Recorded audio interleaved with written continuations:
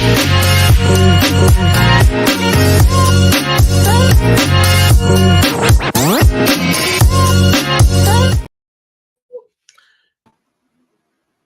I miss something?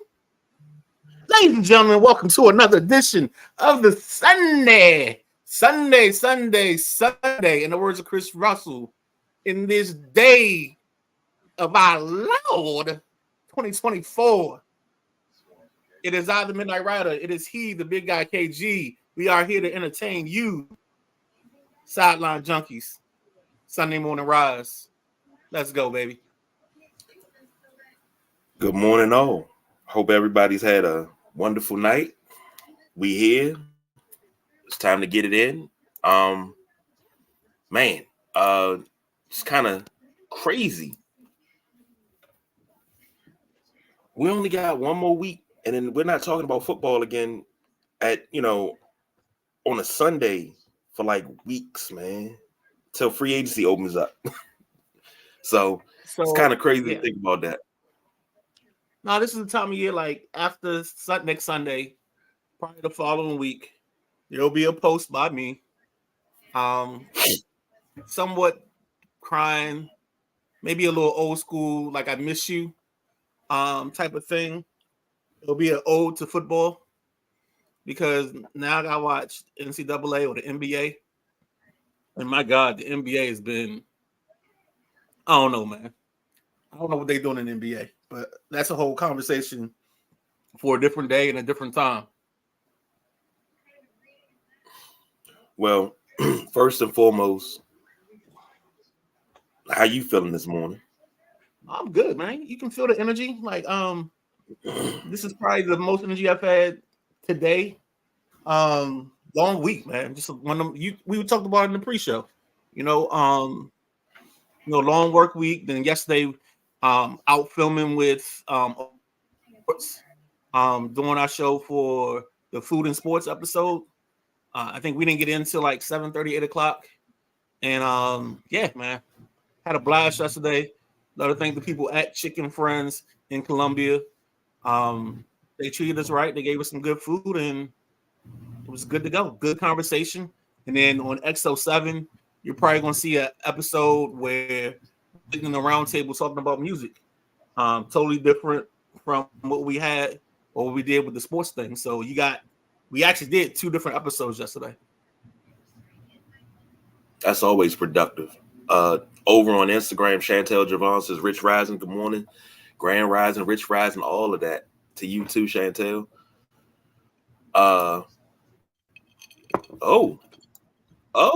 Didn't know the gentleman was going to be here. It's none other than the boss, BJ. Good morning, gentlemen. How are y'all doing? Good, man. Good.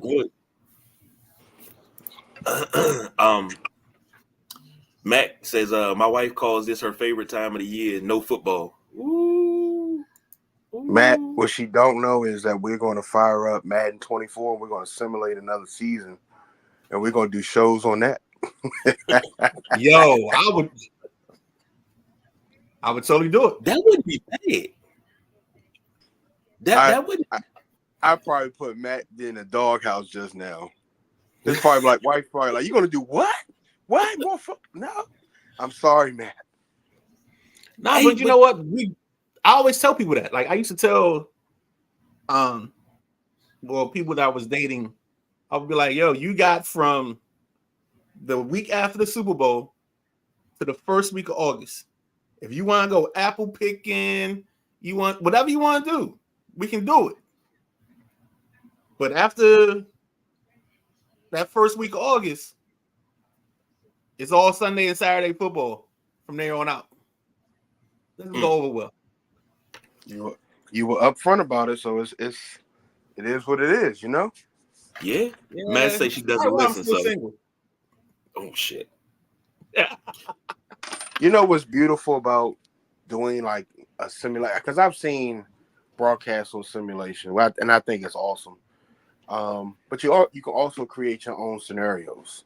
You can create the what ifs. You can create a lot of things. You can make a NBA tournament with the top championship teams of all time. You can make a Super Bowl bracket, a playoff bracket with the list that just came out with the Redskins being the #1 Super Bowl team of all time. You can make that bracket and commentate it. And I know, ladies, I'm sorry. I'm sorry. It might be something we have to do here, but it's fun. It's good to watch too. Interesting. We Well, I got got another outside topic for us. I know there's a guy at Clear Productions that does the electronic football league. Yeah. Maybe we try to do a 3-man show and do we do commentary. Oh, Depending on how local they are. Maybe we do maybe we do like a breakdown afterwards. Just throwing it out there. Content is content, baby. Yeah, and I think he's in Baltimore, right? He goes all over. So they do tournaments up and down the East Coast. But let me throw this out there because we did this once before. But I think we should do the simulation. We Midnight Riders before you join. We picked a roster. It was the Boss BJ, Big Jim, Junie, Allen, Delonte, and myself. So it was 6 of us. We picked rosters of NBA legends. And we had a tournament. And the only thing we didn't do is that we didn't stream it. Because BJ put it all in. No, we did stream it. We streamed it. It.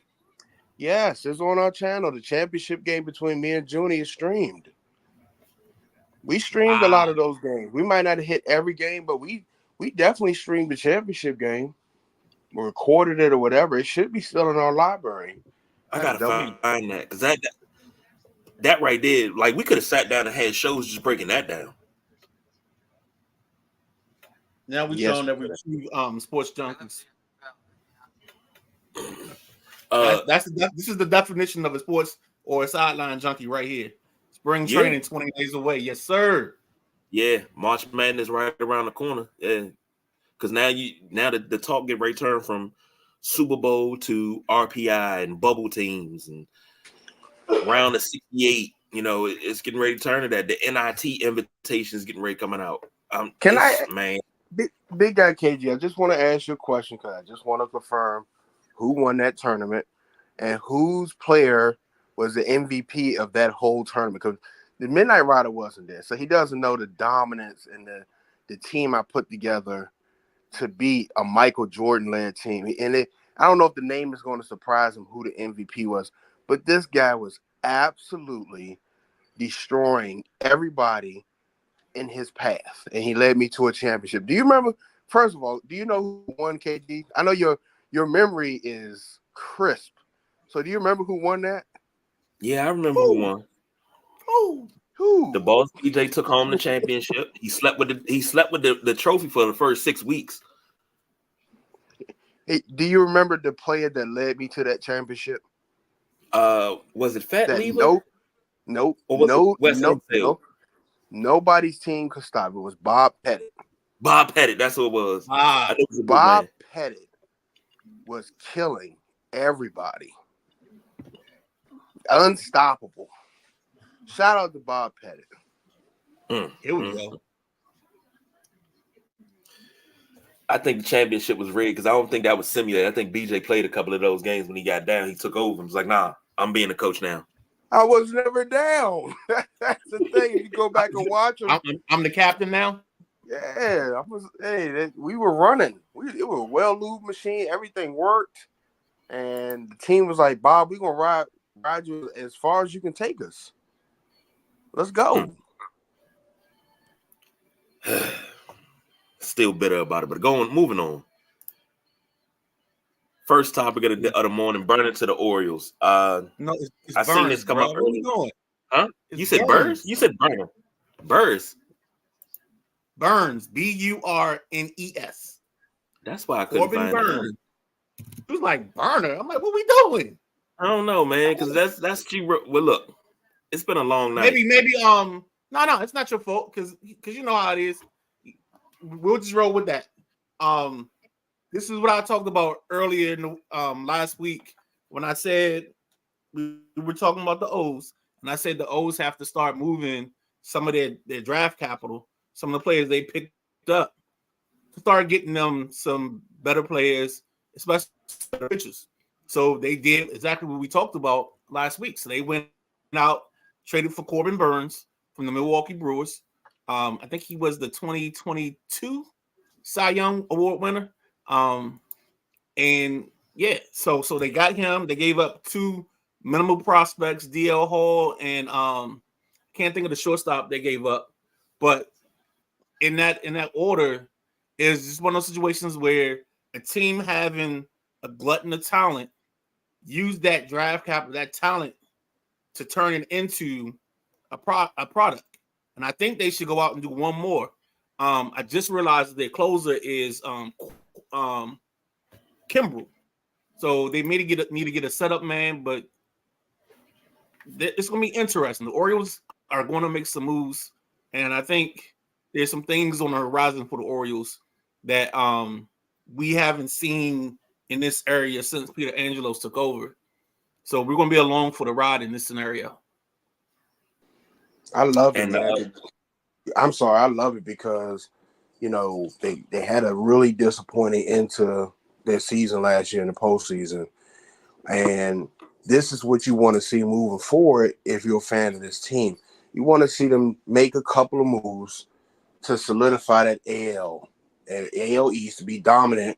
Because, I mean, I think this team is set up for the long haul where you can see them make a run in the AL East for the foreseeable future if they keep things together and keep making moves and adding certain pieces here and there.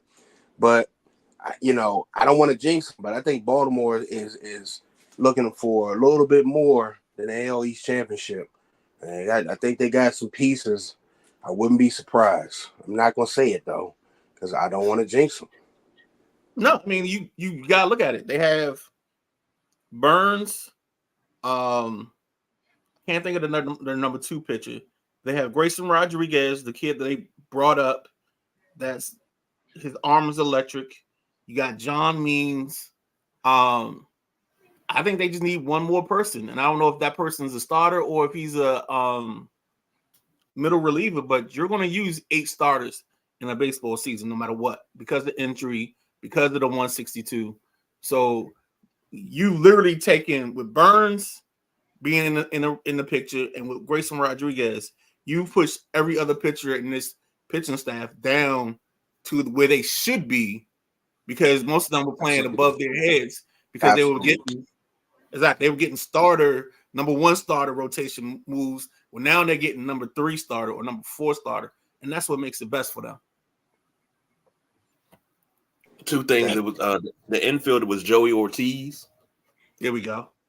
And Joey Ortiz, the funny thing about it is he's going to be a guy that he's perfect for Milwaukee. Like Milwaukee likes to have young shortstops or young talent, so that way they can use that 6-year window. And when I talk about a 6-year window, for those that aren't big baseball fans, in baseball, unlike other sports, 6 years before a guy can become a free agent. They're called their arbitration years, where you can go in and argue how much you want to pay that person each year. And after that process is over, then they become a free agent after 6 years. So what a lot of teams do is they'll stock up on young guys, especially the small market teams, your Indians, your Guardians, your Brewers, teams like that. They'll stock up on guys because they want to take advantage of that 6-year window as much as possible. It's almost like a rookie quarterback on a rookie deal in the NFL.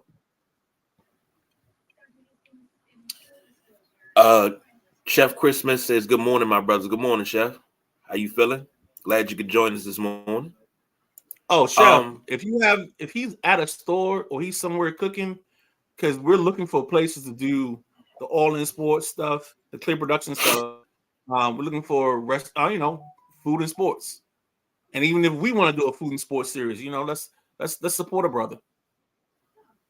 Most definitely, because that is coming for us very, very soon. Take y'all go get some real ribs. Something we talked about. Down to what's that? We going down to Where's your Newburgh, place Cobb at? Island. Almost Yeah, at Cobb yeah, Island. yeah. It's a good John- ride. BJ Johnny can Boy, take you. Southern Avenue. Nah, it ain't the same no more. Johnny Them Boys ribs is is the skinny over last there, time I man. had it, they were good.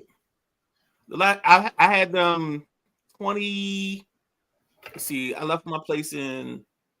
This is 2024, so I left my place in 2023. So yeah, the last time I had Johnny Boys was probably like 2023. It wasn't bad, man. Them ribs is skinny. They anorexic. Okay. Well, KG, we will drive out. I know there's a troll, so you gotta give me the password to get past the troll, so we can go see and get the ribs from your guy. BJ can attest how good the ribs are down there. Nah, they're good. They're good. No, They're we're good not ribs. disputing it. We're just saying that we'll go. We'll take the voyage. You know what I'm saying? We'll hop on, we'll go out there and yeah. Put it this way. BJ and his wife went with me and my wife. And we always go down there, we order a family meal. That's a whole chicken, 2 slabs of ribs, 4 sides. And BJ was like, well, we're gonna get a pork chop sandwich, just to hold off. And we just started laughing. Me and my wife just started laughing. I was like, nah, you don't understand. That family meal, you're not gonna want to, it's not enough for 4 of us. And he didn't understand it. Then he tasted the rib. He's like, yeah, I'm gonna go get a family meal. Exactly. You taste the rib, you taste a piece of that chicken, how tender, succulent, and juicy it is. You got to go back and get another one. Well, It's if beautiful, you give man. me if you give me enough heads up, I'll see if my wife Jill Scott is available to come with us that day. That's kind of funny No, because you have a wife. Mm-mm. you're infringing. Sorry, buddy. You're infringing. Don't get I'm not yourself. infringing. Don't You get have a yourself wife. sung up on this podcast. Hold on, I don't have Said that. that Was again. already known before I got married. I'm Jill just Scott was saying. always in play. Please don't play with me.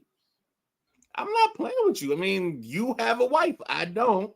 By nature, by law, I think I'm fully capable of being her husband. You can't. If it's not on the WrestleManiacs dealing with James and I'm sorry, the Nubian Sumo and Nia Jax, is you dealing, Jill. I'm not doing this with you this morning. All right, cool, man. I appreciate that. Matt said once I started to smoke my own ribs, I can't order anywhere else. That's what I want. I want to smoke a bag. I think we I do. got one here. If you know how to use a smoker, I know there's one here, and all you gotta do is come through, bro, and we'll make it happen. You hear that, B? Or we can talk Eric Willett into doing some ribs, because that brother did a brisket. What did he do? He cooked the brisket last year in a class, saved it, like froze it, air sealed it, and then cooked it in a sous vide? Sous vide? I'm not a cook, but he did something with it where it basically thawed it out, cooked it again, and he did that brisket for Christmas, bruh. Yeah, man. So we might need to get him involved in this scenario somehow. Probably some maybe we can get him some Fort Mose and we good. Possibly. Matt said, what's the chance of a guy like me getting with a girl like you?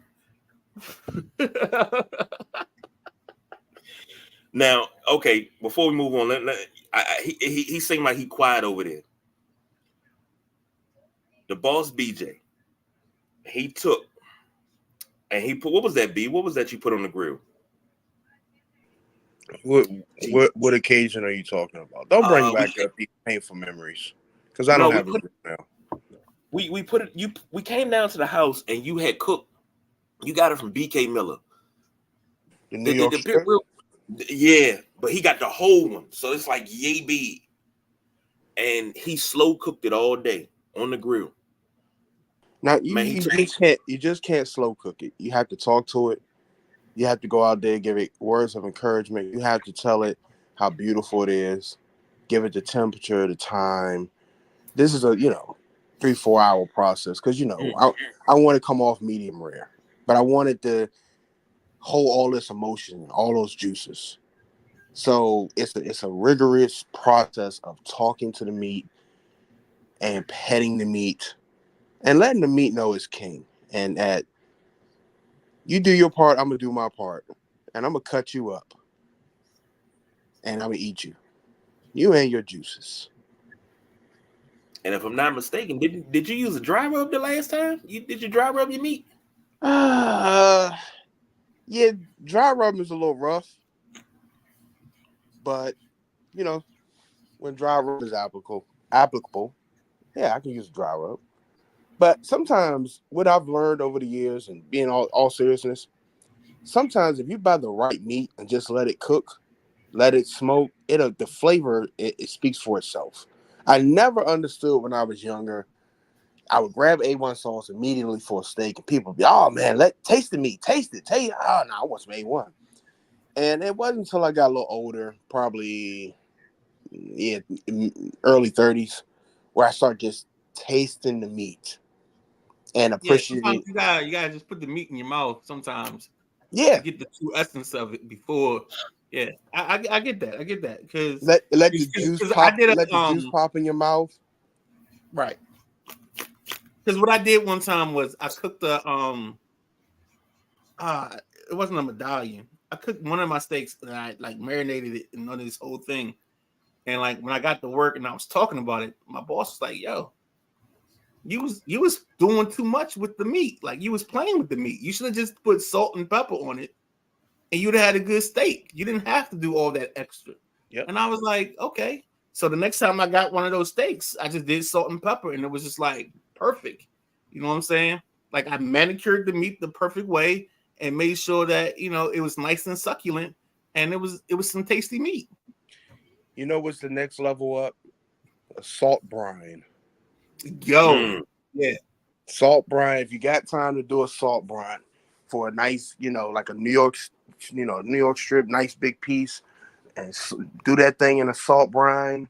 I'm telling you, like, yeah, it's levels to this cooking. I miss my grill. That's all I'm gonna say. And KG brought up a painful memory that I had to live with for the rest of the day. We might have to as a group, we might have to just go get like I don't know if you're experienced with cooking prime rib roast, but if you get a nice prime rib roast and let that joker cook, you'll have, especially if you do it medium rare or medium, you'll have some nice tasty meat right there. Now I haven't cooked one of those, but like you said, YouTube is our friend. And right. and the key to everything is getting those coals right on it. Because I like coals. I like charcoal. So getting the charcoal right, because early on you just rush. You rush and you want to throw it, you want to cook, but letting those charcoals burn out a little bit, regulating the temperature is so important. Exactly. It's true facts.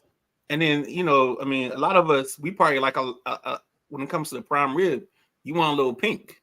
You don't mind a little pink. I'm gonna put you on to some game. You and the big guy and everybody that's listening. If you go to Harris Teeter on Thursdays, the ones that do the dinners, Yes, prime rib Thursdays. Yes, sir. I'm look. This is free game. I ought to put the Cash App link in the bio because this is going to change your life. I know the one in Gaithersburg or why is that Fields? When you come off of San Mig Highway 370 and all that, it's a Harris Teeter there. They do it. I'm not sure if the Harris Teeter by Marinelli and White Flint still does it or not. They used to do the food, but I know the one over in Gaithersburg does it. Go get you the prime rib, extra juices, mashed potatoes, whatever they offering, and just thank me later. Just send me a message. No. So the one on that used to be at Potomac Yards, I would go there it was like ritual. We would go on a Thursday, get the prime rib. And yeah, definitely. I don't know if the one on M Street does the prime rib or not. So I gotta double check into that. But yeah. And it's crazy because that prime rib is tops. We're not just talking about I stopped in there and I was starving and it was good because I was starving. Like Yeah, they this, give you that's quality. yeah, They give you it's quality meat there. quality. I don't know what they do, how they cook it, but shout out to Harris Teeter because that Exactly. is A+. Exactly. Ladies and gentlemen, welcome to the food section of the Sideline Junkie Sunday Rise. It is I, the Midnight Rider, KG, the big guy, KG, I should say, and the boss BJ. And we apologize for talking about how we like our meat, but here you are, food conversation, baby, early on in the day. All right. Let's get through it. We talked about this early in the week. I don't think the boss BJ chimed in on it, but the Oreo sale for $1.7 billion. Cal Ripken and Grant Hill are part of the investment group. Thoughts, gentlemen? So let's you said something the other day, and I forgot to make a comment in the comment section, but Grant Hill went to South Lakes in Reston for high school. I don't know what else he was or where else he matriculated. But like he's a local kid. He knows what's going on locally. And I think if you're a Commander / Orioles fan, this is your utopia. Like this is the world being its best, giving you the best that it's got. Shout out to Anita Baker. This is it. This is the apex. You get rid of Dan Snyder, you get rid of Peter Angelos, and all you're waiting on really for Rubenstein and company to have full control is just for the old man to pass away. And I like the fact they structured the deal in a way that they're waiting for Angelos, I guess, to pass away before they give up full control. Maybe that was the old man wishes. I don't know, but it seems fitting for, I guess, the family. And the only problem we have in that is when the team is sold, the way Bud Selig wrote the rules into that is the Masson deal is still in place. Like whether they sell the teams, whether it was the learners or whether it was Angelos, no matter who sells, that deal is still in place. So what we will hope for is them finding a happy median so we can get something better for the Nats or Nationals fans and even Orioles fans when it comes to their TV deal. BJ? I say this all the time, and I love look the Midnight Rider laid it out there. You can't. That's it in a nutshell. Contracts. We learn from good old America. Contracts are made to be broken and rewritten, and trample over your own rules. So hold out hope, and like the Midnight Rider say, somebody could come to a happy median. Something can be reworked. That benefits everybody because it will benefit everybody. Like I said, the Midnight Rider couldn't have said it better. You get rid of two owners in this area that people would love to. What's the dunk tank? Would love to put in the dunk tank. So you get rid of two of them within, well, the sale is happening. You said Angelo still controls the team until he passes, right? No. So the way the deal is laid out, the Rubenstein Group, they take control of the Orioles. Okay. The only issue is, I think right now they get like 45% of the team, and then at Angelos's death, I'm guessing there's a kicker where they pay another whatever amount to take full control of the team. Okay. It's basically a deal where the sons understand that they really want to respect the dad's wishes, and make sure he has control until his last breath, and then after his last breath, everything else goes into place, and they take over majority control. But they've seceded control of the team to Rubenstein and his group. So basically, most times, just for those people that don't understand or don't know, when you're selling a team, most time you have to take at least 51% of the product to have controlling interest. But in this situation, Rubenstein and his guys are only taking 40%, but they're still getting controlling interest because basically I think the fellas, the guys of the Angeloses got a price that was better than what they expected. And that yielded them the opportunity to give up some control in this situation when maybe normally they wouldn't have given up that control if that number was smaller. I'll say it that way. Nah, and that makes total sense. Look, the right price, anything can move. Exactly. It's what this country's built on. The right price, anything can move. Your politicians, you name it. and let's not cheat ourselves because this sale gets announced on maybe Monday or Tuesday. The trade gets announced on Thursday. So now you got this team making moves that they probably wouldn't have made under just the Angelos name. So there's that difference all in itself. And now I think, you have some baseball people. You have Cal Ripken. You have some financial people. You have others in place to make this work. And I just think for Baltimore, the kicker is they have so much talent. Like you can sell at a better point in time.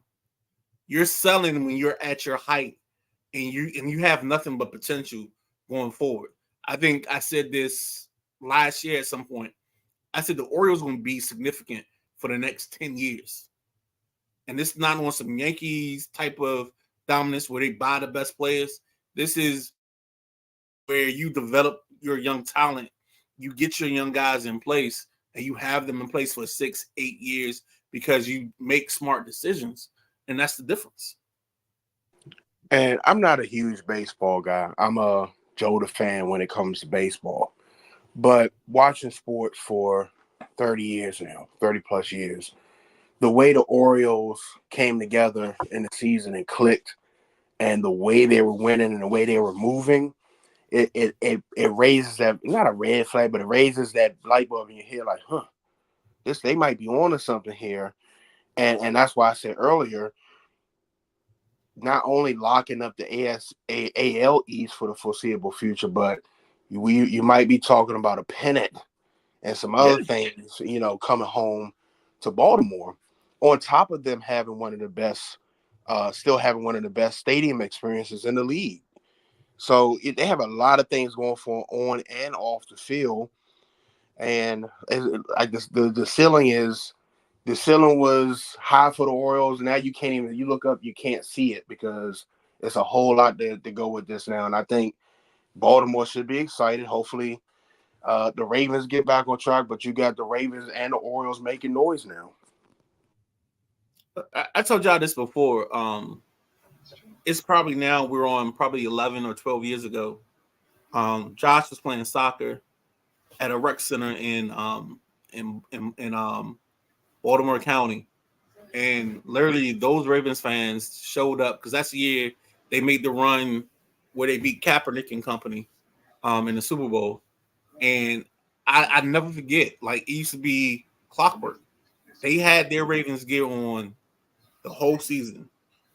And I think we played like 6 weeks of soccer, and if kids didn't show, they still played. It was, it was just a soccer league that wasn't really one of those leagues where competition was the highest level. It was just they wanted the kids to have a good time and wanted the kids to play. But I swear to you, every week we went, we saw the Ravens black, purple, and whatever all along the sideline. And of course I wore my Redskin stuff just because I was a jerk. But yeah, I mean the Ravens fans are going to Raven the whole time. So there's nothing faulty about that fan base. All right, and I want to make an announcement on this show. I've never been to Camden Yards. And you gotta make it happen. No, that will change this year. And Brian Jr. will experience his first baseball game this year. So it's an open invite. We'd love to see you guys and the kids. We'll talk and try to make that happen. But I've been to a couple national games, and I was absolutely miserable because I sat on the sun side. The Midnight Rider knows what I'm talking about. The sun side of the 136 stadium. section. Oh Yes, my sir. God! You when we was talking about that Nick strip early cooking, baby, that's what it was. I was trying. I didn't even care about the game anymore. I was like, oh, that's why these tickets are so cheap. Oh, okay. You need an umbrella on that side or some type of hat. You need long sleeves, whatever Pepco wear to go in the hole to do the electrical. That's what you need when you sitting on the sun side of the stadium at Nationals Park. Be geared up, baby. Oh, one quick thing. If anybody has been Midnight Rider or any of our viewers, if y'all been to Orioles Academy Yards, let me know. Give me where to sit, what the stadium experience is like. Because I want to get there nice and early, especially with Junior. I want him to experience that and get some good food and walk around the stadium. And we're going to look like tourists. I promise you. So I've gone to camp. Oh, I'm sorry. Go ahead, KC. I'm sorry. No, go ahead. You got it. No. It's you. Go ahead. Well, no, I've been there. I went to see Orioles versus who was it? I think it was Orioles Tigers. I took Xavier for his 4th birthday. He got tickets.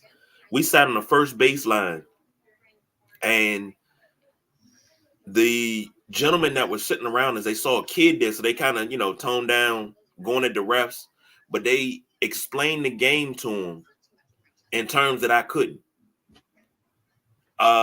Souvenirs were affordable. Now, mind you, this was 12 years ago, but souvenirs were affordable. The hot dogs, oh my God. Can't get enough of the chili dogs and the hot dogs. They cook to perfection. I think they do like they do in DC, put a little beer in the water, let them steam a little bit. But the experience alone was absolutely great. And it's not like FedEx Field when the game is over with security's coming telling you got to leave. They let you leave when you're at your own pace. And then you can walk around the stadium to get out. And parking was great. Wasn't expensive at all. I think parking was like $7 because we got there super early. Then it's so much to see inside the stadium. You just get there and you just walk and just take pictures, man. You gonna look like a tourist your first time. I'm telling you, because we shown up did. No, I totally agree with that. I mean, me it was a little different because I think the last time I went, they played the Indians, because they were still called the Indians at that time, and we did ESPN Zone. So it was me, my area manager at that time, because I was working at Enterprise. We did the ESPN Zone experience, and I'll never forget that trip because we did the. You guys are definitely familiar with ESPN Zone, so it was the football. It was the football joint. NFL Tonight. Is that it? Where you throw the football through the different spots on the wall? Absolutely. Yes, sir. So my boss went first, and he's a right-hander, and he was, throwing, and it was just like, all right, I was next, and I don't know. My cousin at times has called me Baby Brett, but I can produce velocity in short windows, and like I literally was throwing the football, and when I missed, it was making this sound, and it echoed through the thing to the point where people stopped what they were doing on the thing, and like started looking. I did beat them, I did win, but that was one of my best experiences. And then that game, I think old Kyle Ripken, he had a nice ground ball go right through his legs, and the scorekeeper took care of him. They gave him a base hit when it should have been the E6. But I don't want to bring up old stuff. I don't want to bring up old stuff. But this is when we need the sound effects for the podcast. This is when we need sound effects. We need that. That would have been perfect. But but it was perfect. I mean, I had a great experience, great time, and I know now they do something in left field. It's either left field or right field. They do like a water thing. That's tremendous. I think it's actually fun. So and I just think, yeah, I think it'll be a great experience for our kids. See, when you said that about the ESPN Zone experience, it made me think. NFL Tonight was my attraction in DC. That's the attraction I worked almost every night. Then we probably met before then. Probably so. We all probably met. That's crazy. We probably all crossed paths there. I held the record in DC for the longest. The record was like, what? I think my record was 198. And then I think I set the record in Baltimore for once, but somebody broke it. I think the record in Baltimore was like 145. It's great, man. The boss BJ, I don't know if he remembers this night, but we won some money off some dudes. They was drunk because I scored 43. Top that. Oh, okay. The boss BJ dropped out a good 129 on him. I'm like, yeah, run that money. Let me tell you a quick story. Scott Hutchison. You remember Scott? Remember Hutch? Yes, I do. Hutch pulled me to the side and showed me the secret. He said it's not about power, it's about finesse. Right? So once he showed me the finesse part of it, nobody could beat me. And I'll tell this story real quick. When I don't know if we were still working at ESPN, but me, Paul, and Delonte, we went up to Baltimore. And what Midnight Rider described, I waited for somebody to come that was there showing off.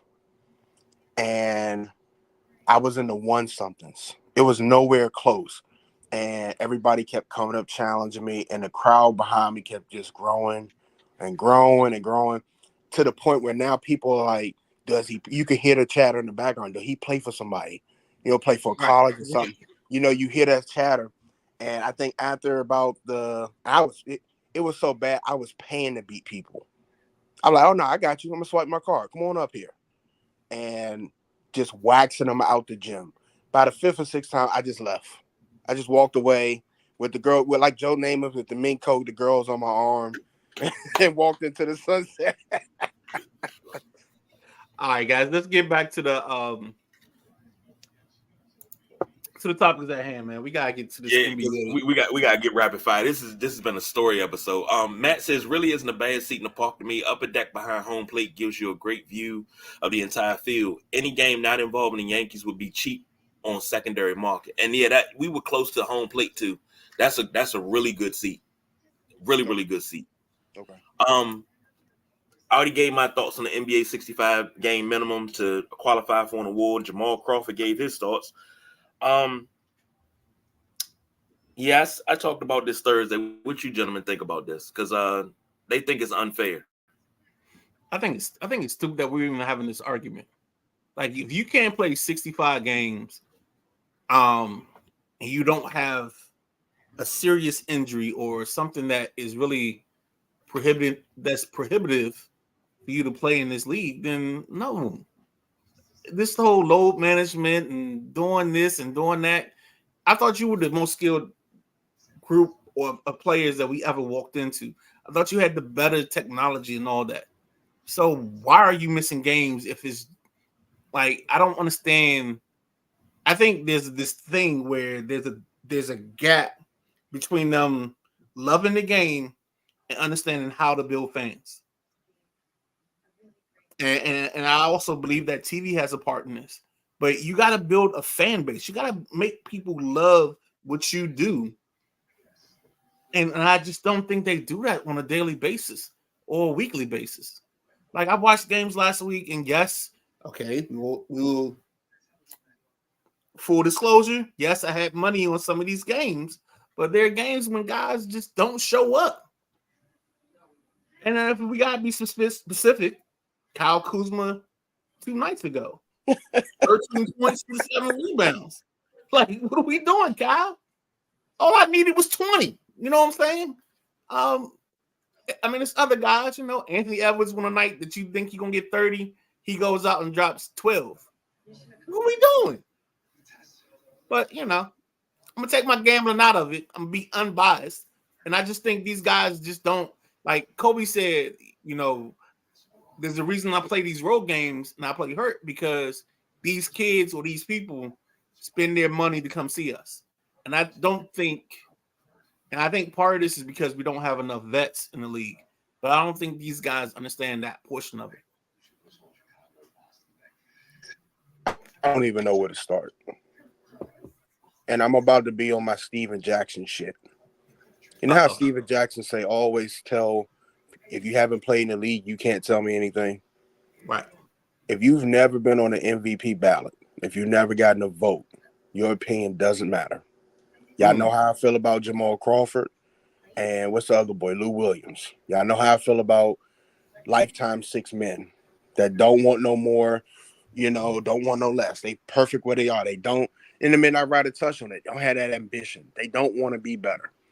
I'm not saying play until the wheels fall off. If you have a significant injury, you have a significant injury. Hey, if you miss the minimum, you just don't qualify for the MVP this year. I am so tired of seeing shots of kids with signs that are disappointed because their favorite player is on a rest tonight. Not hurt, rest. I think Magic, Bird, I know we say these names all the time. Jordan, Pippen. I think all those guys, Barkley. I think they understood that. They understood that the game was bigger than them. It was way bigger than them. It was about building a brand, and that MJ might have been the star of the league, but it's bigger than MJ because this is what we talked about a couple shows about passing the league on to the next generation of players, and somewhere around probably after 2010, when did this load management stuff start? It was probably somewhere around. I think it was somewhere around that. Anyway, but it's just here's the thing: nobody's giving any money back. When you sat down and signed your contract, you signed it to play 82 games and possibly win a championship because that's what everybody claims they're there for. So unless some people are like, hey, I'm gonna give some of the money back for each game, or that's implementing the contracts. It's just a lot of belly aching, crying, and complaining. And I just cannot believe I'm hearing players say that it's not fair, it's too much. 65 games is too much? If you really think that, like I said, if you haven't been on an MVP ballot, consider. I don't want to hear your opinion at all if you're a player. You don't count. I want to hear MJ. I want to hear Olajuwon. I want to hear Shaq. I want to hear Barkley. I want to hear those guys. And Barkley said his piece. And I agree with 100%. If you can't play 65 games, what are we doing? Why are you here? Why are you here? Do y'all want to keep disappointing your fan bases? You come in to the LA Clippers new stadium and Paul George and Kawhi Leonard not playing that night. And they just on rest. Like, give me a break, man. If you can't play 65, you don't deserve it. 65 is look, it's sad. It's sad we've gotten to this point. We talked about the NBA ad nauseum about just where the league is and where the mentality of some of these players are. And it's mind-blowing. Every time I think that's the peak, I got to get my mountain gear on and climb up again. Now we're talking about playing 65 games. Like, are you kidding me? Come on, man. Matt says, could you imagine Bird and Magic taking games off? Nah, I can't. I really can't. Next up, sticking with the NBA. This for the Midnight Rider. Ben Simmons. What are we doing here? Oh, my God. I think I watched him. What was it, the other night? He went, 10, 11, and 8 or 10, 11, and 9. And, like, the media was just like, oh, my gosh, it's one of the best games since somebody came back. And then, like, 2 days later, he's out with another back contusion. Like, what is this guy's purpose? What is his point? You know, he did this whole big thing when he was coming out for the draft, and I don't know why I gotta play college basketball. I don't know why I gotta do this. But now he's done nothing. This dude is just he's literally taking vacation days. Like he's got this unlimited amount of vacation time. It's ridiculous. It's stupid. And we're sitting here as fans watching this dude and having to deal with this dude. Basically just take off whenever you want. Like he's like, you know what it is? The thoughts of him playing a game is equal to when Rod Gardner back in the day used to catch a pass, they called him 50-50. That's who Ben Simmons is. He's 50-50 on if he's gonna play that night or not. It might even be 70-30. Because it just doesn't seem like he's interested in playing basketball. It feels like he plays basketball because he's tall and he can make money, and that's all it's about. Wasn't his scouting report scathing coming out of school? And it's almost like you have to do your research, but man, they ain't pinned the tail on donkey with that scouting report. No, because my man is not interested in playing basketball. And I think if this was 20 years ago, they would have been cut him and kicked him out the league. But I think the society we are in now is allowing him to kind of stay afloat, if that makes sense. Get it. Totally get it. Well, I'll say this. I think he's washed. And I don't mean that in a good way. I just think he's washed. Like, you don't want to play in me and Ross were talking about this the other night. Guys that play a kid's game for a king's ransom, and you don't want to play. We were talking about Rendon and not wanting to play 162. If you don't want to play, it's plenty of spot. What we doing here? You can't. Why we attacking Rendon, man? I'm just, if you don't want to play, I know what he said, but come on, man. Like, can you like let me not be on the show when you talk about Rendon? Because you know what you're doing. You know this is my guy. Okay. I feel like shots are being taken right now by you, KG. Rendon still in the league? Oh, you know what? Here we go. Moving on. Gotta go. All right, let's move on. Curry dropped 60 and the Warriors lose. We surprised here? No. So the reason I even put this out there was because he dropped 60, and I think they're in the 12th spot or 11th spot. And really, what I'm asking or what I'm thinking is, I think we might be past the Warriors window closed because they didn't do what they were supposed to. They made the great trade to get Wiggins and get that early pick. They had 2 early picks. I can't remember who they drafted. I know one of them was the kid, Mbinga. Kuminga. Okay, yeah. And then the other one I think was Precious was the other one. You know what they call him out there in the Bay, right? Say that again. You know what they call Kuminga out there in the Bay, right? Oh boy, this is going to turn. I know what they call him. Oh my but I'm gonna let you have. Go ahead. As long as you know. No, take us down that dirty road. Nope, not even gonna do it because Go ahead. No, just say it. Why the hell would you want to start up a chant and call that boy cum bucket? That's not right. There we go. It's just dumb. It's just dumb. On. I think part of it is just some guys that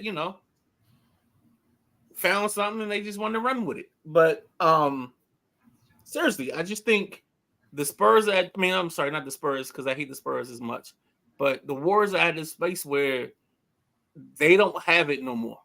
It's gone.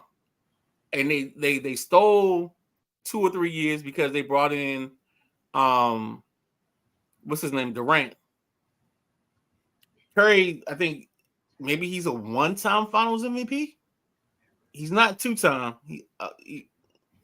So like I don't know. Legacies come into question, but also just think the Warriors are done. Clay ain't Clay no more. he might as well change his name. Maybe he can go to like Lou Alcindor or change his name to something different. But that ain't Clay.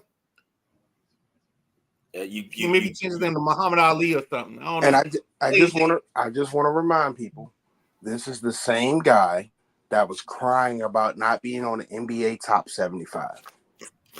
Clay ain't Clay no more. That's all I'm gonna say. And then who else we got out there? Draymond out here choking people, out here, slapping people. I just think they've run their course. And I think we gotta be, I think as the NBA, they gotta be comfortable with the fact that their little squad is gone. It's over. We've come to the end of the road. I think we might think we belong together, but I just don't know that it's right. How could you? Hold on. I don't want to go too far down that rabbit hole. You belong to me. I think one of the mistakes they made, and hindsight's 2020, and I've been shitting on Clay for a minute now, but I think one of the mistakes they made was holding on to Clay too long. I think Clay should have been shipped out. You keep Curry, you kind of retool. Because they hit on some young players. They had to ship out Poole because of the whole Draymond situation. But if I'm the Warriors, I ship out Draymond. Because you could find another guy that plays defense that's an enforcer. Like Draymond doesn't do anything special. Where like you're losing Curry. You lose your enforcer, but he's not what he was like 2-3 years ago. Like he's on a rapid decline. You shipped Draymond out a couple years ago. This is what I talk about all the time about being kind of like 2-3 steps ahead of your process, and you just kind of retool you either got to retool on the fly, or you just got to do a complete rebuild. But if you got Curry on your team and a couple other pieces, you should be landing in the that 5 to 8 playoff spot or the play-in. And then that next year, maybe you get some more pieces because people want to go to Golden State and play. Exactly. So I think they misstepped a little bit, but I agree with the Midnight Rider and everybody else has said that's over. Yep. I agree with you, gentlemen. Last but not least, All-Star Game is next week. We got a bunch of snubs. Jalen Brunson not being a starter. Been an all-star. He should have been a starter. I'm sorry. I didn't mean to talk over you. No. Brunson should have been a starter. Here's a list of the snubs. Sabonis from Sacramento, De'Aaron Fox from Sacramento, Trae Young, Alperen Sengun from Houston, James Harden. Rudy Gobert, I don't think that's a snub. Moving on, DeMar DeRozan are your snubs. The simple fact that you got players like Steph Curry coming off the bench in the All-Star game, it kind of lets you know. Now here's the East starters.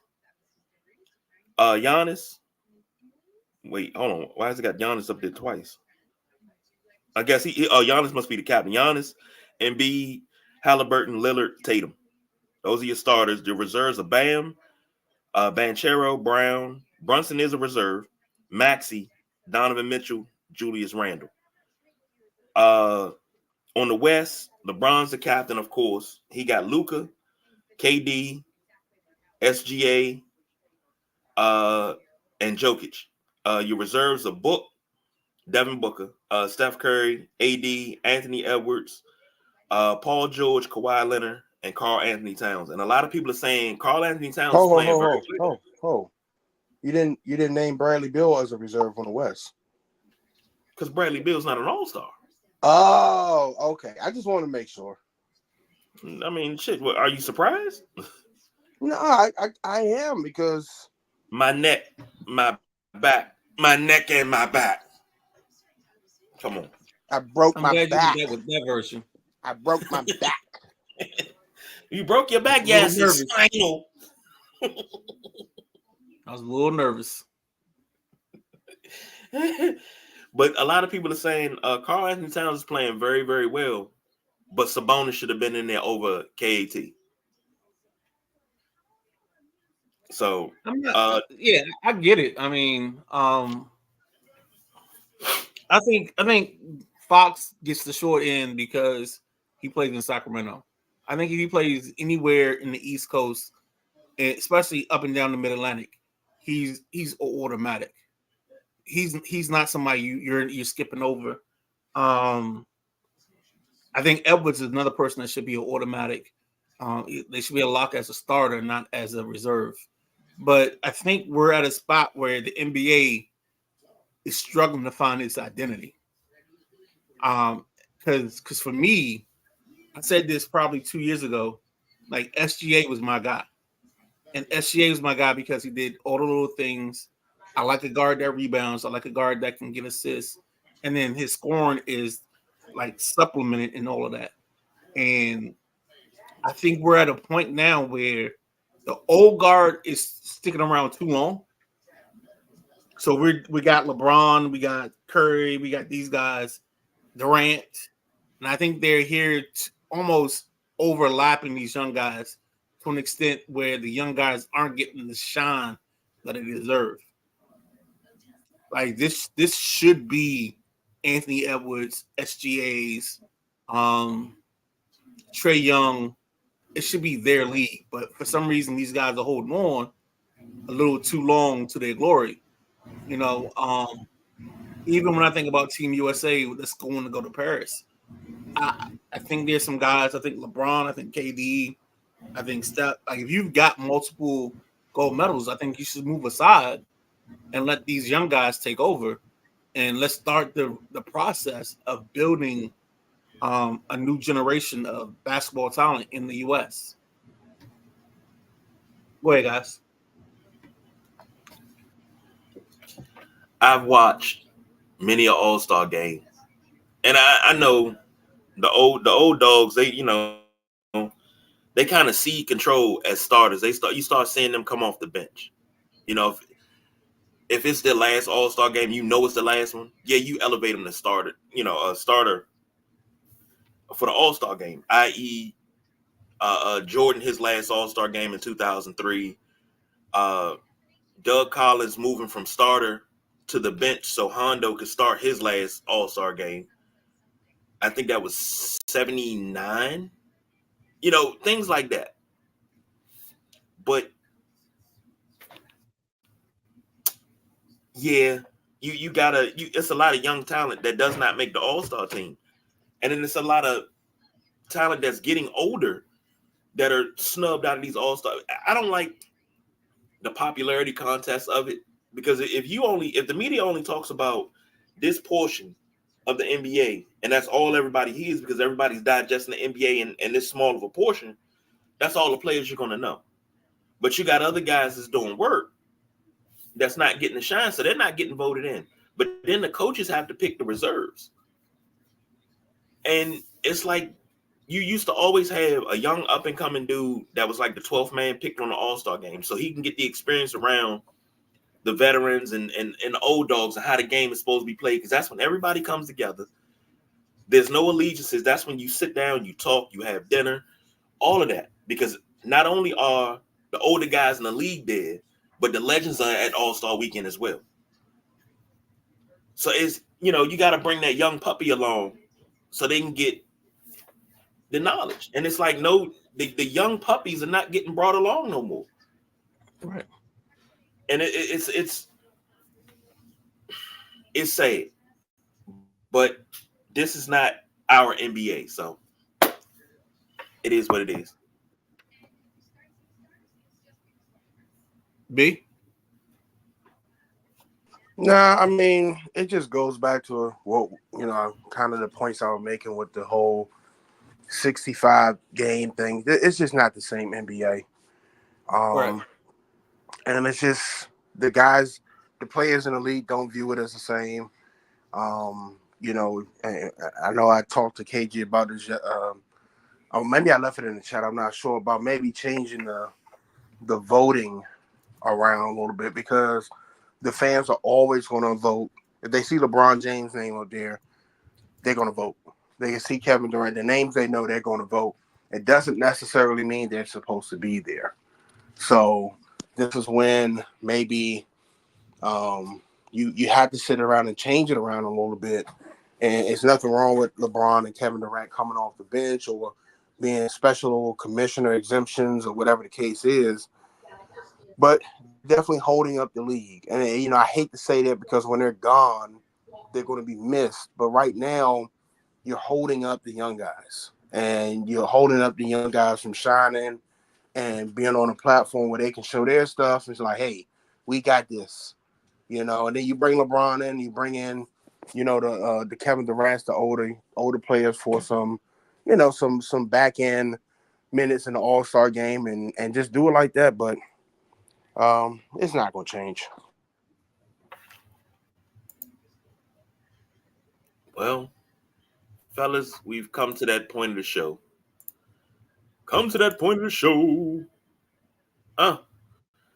Well, before we wrap, we can do it in the wrap it up segment. Let me ask you a question. What you cooking and what you watching today? So since I initiated this question, I think I'm going back to Shrek 1, man. I want to know that, you know, ogres are like onions and they have layers. You know, I want to understand that whole thing about I'm all alone. There's no one beside me. I'm going through that today. I think that's what I'm gonna do. Cooking, I'm doing chili, and if I got the time, I'm gonna do a I already keep saying I'm doing a roast, but I gotta do a roast because I need food for the week. Because yeah, you can't go wrong with cooking. If I don't watch all of Shrek, this might also be a Cars day because I need to know about my man Mater. Let me just say this about Shrek. Soundtrack was immaculate. I wish they would release the whole soundtrack on streaming services so I can, you know, do my work and listen to I Wanna Stay Home Today. That's all I want. You don't want to know about Duloc? It's the perfect town. I had to watch that movie. I think Dario had to be about 1.5. No, he was about 2. He had turned 2 because I was working for Pepsi at the time. So I was working 12-hour shifts. I was working from 2 in the afternoon and 2:30 in the morning. And on the weekends, he would come over on Friday night. My mom would pick him up. And he wouldn't go to sleep unless I put Shrek on repeat. So I know ins, outs, and everything of Shrek because of him. That was his favorite movie growing up. So, as far as what I'm watching The Road. I don't think I'm cooking anything today. I don't know if the missus is cooking. Busy day today. So nothing from me. DJ? You guys remember that place I told you about where I got the Lomo Saltada and I was extremely disappointed? Yes, sir. Yeah. So I went back there, and I'm not going to name them, and got me 3 carne asada tacos. Oh, boy. They were delicious. Okay. They were absolutely delicious. Let me tell you how delicious they were. I'm a flour tortilla guy. I do not like corn tortillas. For me, they're just too thick. But these are probably the best corn tortillas I've had. They were perfect. They had the thickness to them, but it wasn't like dumping baby powder in your mouth. You know, it was just perfect. Everything was fresh. So they redeemed themselves. And I think I might try that again today for lunch. They you know, I think each taco was like $3 and some change. I don't even think it came. Did it come up to $10? I don't even know if it came up to $10. Where are you matriculating today? Say it again. Where are you going to today? Oh, as far as to eat? No, just as far as driving, because if you're in a certain area, I might know a food spot. Well, like, I'll be at Rockville. Okay. I tell people all the time I have this uncanny ability to find food places and find a liquor store. Like I don't I don't need GPS sometimes. Just Yo, find it's two things that I can find. So like 2 weeks ago, I went to go get my hair cut, and my barber's up in Owens Mills, and I mean not Owens Mills. He's up in Columbia, and I typed in this thing because I was looking for pizza. So we found a pizza spot, and when I went in it was the perfect like New York style thin crust pizza. Boom, off the hook. Like when I was, I'm not gonna say when I was, but when I was dating people, I would like whatever their area was, because I never dated anybody close to me. They were always like 20, 30 minutes away. And like I would find the liquor store by their house with the best deals. Like it was just innate. So that's why I say I can find liquor and I can find food wherever I go. That's just my thing. So when you say Rockville, gosh, I haven't been in Rockville in a minute, so I don't know the best food spots up there. But they used to have a I'm not even gonna lie to you. So I'm gonna let you figure that one out. I'm gonna drop one gem, and I'll name them by name. If you got a taste for some dumplings and you're in Rockville, go to East Dumpling House. Okay. Go to East Dumpling House. You won't be disappointed, I promise. What am I getting? Whatever choice of dumpling you want. Dumpling. Okay. Yep. See, dumpling. I like gumbo. So, but my gumbo intake is in-house because my son's mother is from New Orleans. Oh boy. Her or her mom, that's where I'm getting my gumbo from. Yeah, it's no point of leaving outside the house for that. No. Yeah. No, sir. I make that request every year. The second it get cold, I'm like, yo, I need gumbo. So yeah, we're good, man. Oh, is he on mute? You're on mute, buddy. Wow. For the Boss BJ, for the Midnight Rider, I'm the big guy KG. Y'all know how it is. Thank you for joining us for this Sunday for Sports and Food, because that's pretty much what this is. That will be the title of this show, Sports and Food, because we talked about it all. So until Tuesday, when we got JoJo the Fan, and then Thursday, Perry's back for I'm telling y'all right now, JoJo the Fan. We gotta find the harness, because we gotta reel her in. She's gonna be very emotional, but she's gonna be a great person for us to talk to. I'm letting you know right now. It's gonna be one of those conversations, but we gotta rein her in to keep her focused. But she's gonna be a great person to interview. I believe it. Call her right now. Probably one of our top 5 if we do it right. Can't wait. So until Tuesday, we're the Sideline Junkies. We don't do no overtime, y'all. We are out of here.